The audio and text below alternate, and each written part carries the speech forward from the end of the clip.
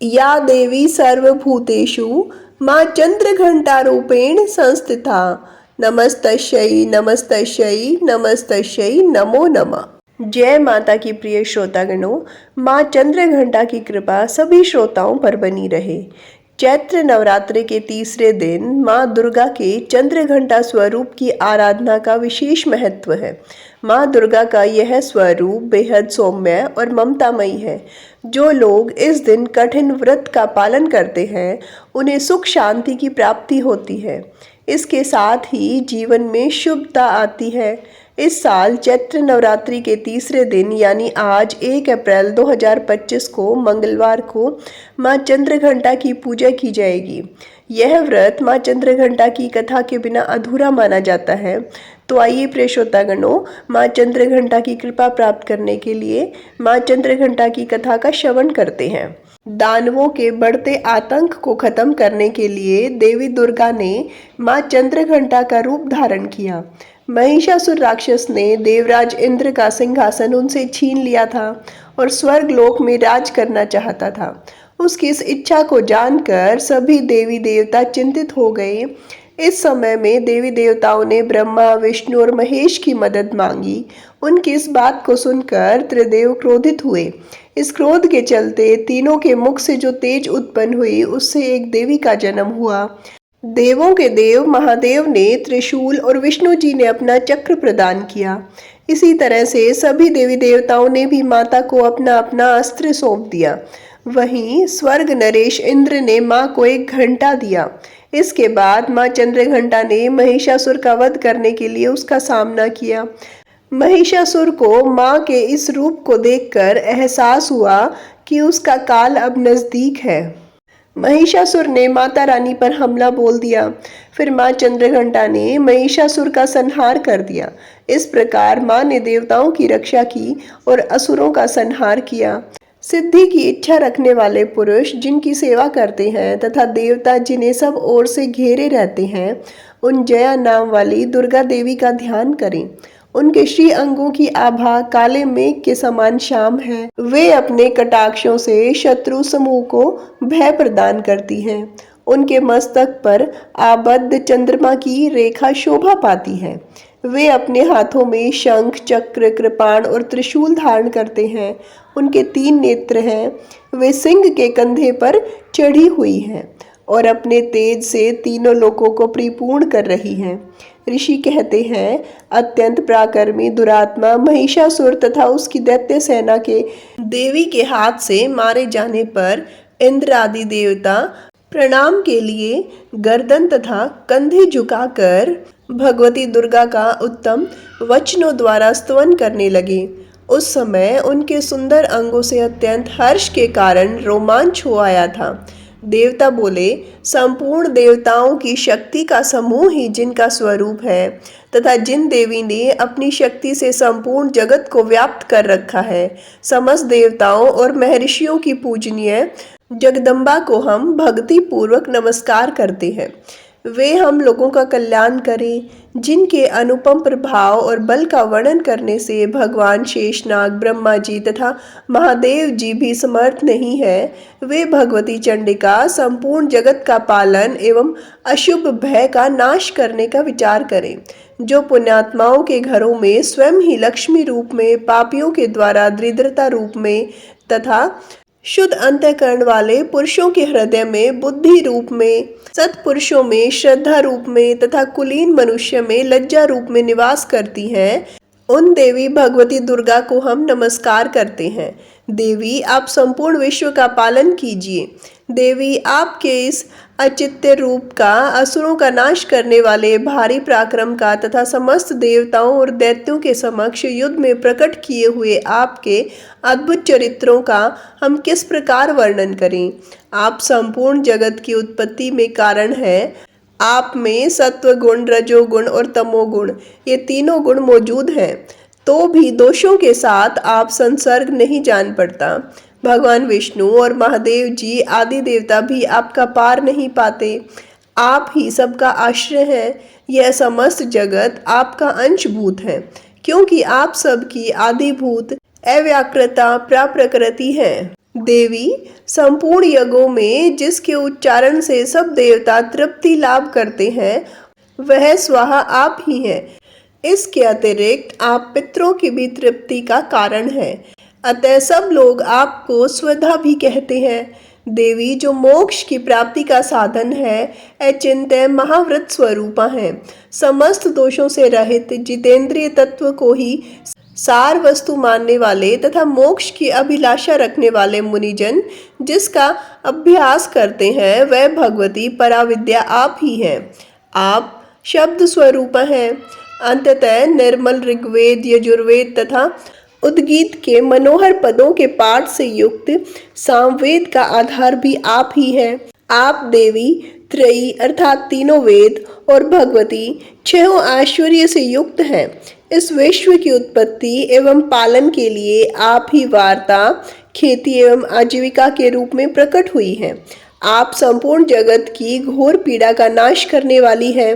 देवी, जिससे समस्त शास्त्रों के सार का ज्ञान होता है वह मेधा शक्ति आप ही हैं।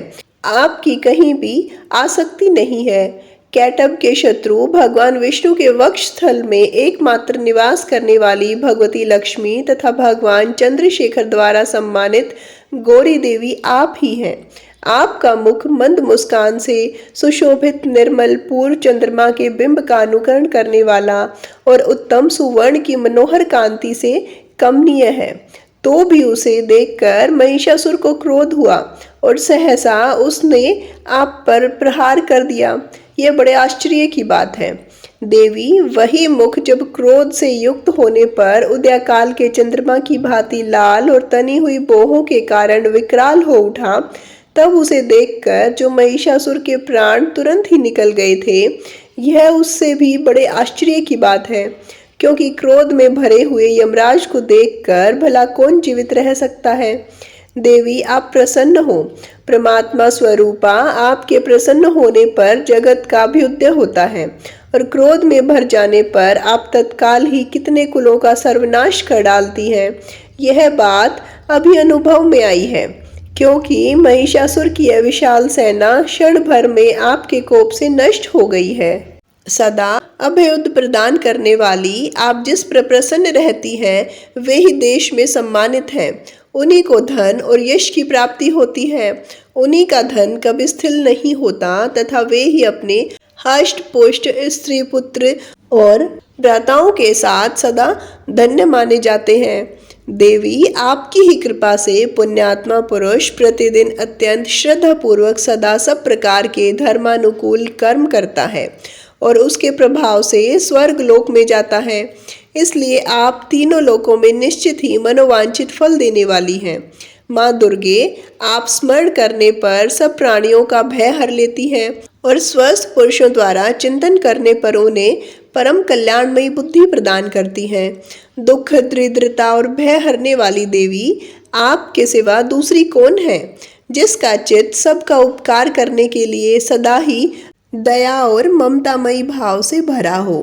देवी, इन राक्षसों के मारने से संसार को सुख मिले तथा ये राक्षस चिरकाल तक नरक में रहने के लिए भले ही पाप करते रहे हों, इस समय संग्राम में मृत्यु को प्राप्त होकर स्वर्गलोक में जाएं।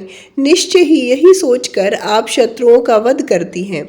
आप शत्रुओं पर शस्त्रों का प्रहार क्यों करती हैं? समस्त असुरों को दृष्टिपात मात्र से ही भस्म क्यों नहीं कर देती? इसमें एक रहस्य है कि ये शत्रु भी हमारे शस्त्रों से पवित्र होकर उत्तम लोकों में जाएं। इस प्रकार उनके प्रति भी आपका विचार अत्यंत उत्तम रहता है। खड्ग के तेज पुंज की भयंकर दीप्ति से तथा आपके त्रिशूल के अग्रभाग की घनीभूत प्रभा से चौंधिया कर जो असुरों की आंखें फूट नहीं गई, उसमें कारण यही था कि वे मनोहर रश्मियों से युक्त चंद्रमा के समान आनंद प्रदान करने वाले आपके सुंदर मुख का दर्शन करते थे। देवी, आपका शील दुराचारियों के बुरे बर्ताव को दूर करने वाला है। साथ ही यह रूप ऐसा है जो कभी चिंतन में भी नहीं आ सकता और जिसकी कभी दूसरों से तुलना भी नहीं हो सकती, तथा आपका बल और पराक्रम तो उन दैत्यों का भी नाश करने वाला है जो कभी देवताओं के पराक्रम को भी नष्ट कर चुके थे। इस प्रकार आपने शत्रुओं पर भी अपनी दया ही प्रकट की है। वरदायिनी देवी, आपके इस पराक्रम की किसके साथ तुलना हो सकती है तथा शत्रुओं को भय देने वाला तथा अत्यंत मनोहर ऐसा रूप भी आपके सिवाय और कहाँ है। हृदय में कृपा और युद्ध में निष्ठुरता, ये दोनों बातें तीनों लोकों के भीतर केवल आप में ही देखी गई है। माता, आपने शत्रुओं का नाश करके इस समस्त त्रिलोकी की रक्षा की है। उन शत्रुओं को भी युद्ध भूमि में मारकर स्वर्गलोक में पहुंचाया है तथा उन्मत्त दैत्यों से प्राप्त होने वाले हम लोगों के भय को भी दूर कर दिया है।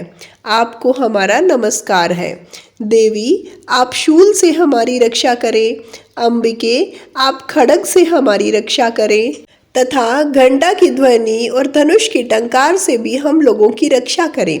चंडिके, पूर्व, पश्चिम और दक्षिण दिशा में आप हमारी रक्षा करें तथा ईश्वरी, अपने त्रिशूल को घुमाकर आप उत्तर दिशा में भी हमारी रक्षा करें। तीनों लोकों में आपके जो परम सुंदर तथा अत्यंत भयंकर रूप विचरते हैं, उनके द्वारा भी आप हमारी रक्षा करें तथा इस भूलोक की भी रक्षा करें। अंबिके, कर पल्लवों में शोभा पाने वाले खड्ग, शूल और गदा आदि जो जो अस्त्र हो, उन सब के द्वारा आप सब ओर से हम लोगों की रक्षा करें। ऋषि कहते हैं, इस प्रकार जब देवताओं ने जगत माता दुर्गा की स्तुति की और नंदन वन के दिव्य पुष्पों तथा गंध चंदन आदि के द्वारा उनका पूजन किया, फिर सबने मिलकर जब भक्ति पूर्वक दिव्य धूपों की सुगंध निवेदन की, तब देवी ने प्रसन्नचित होकर प्रणाम करते हुए सब देवताओं से कहा।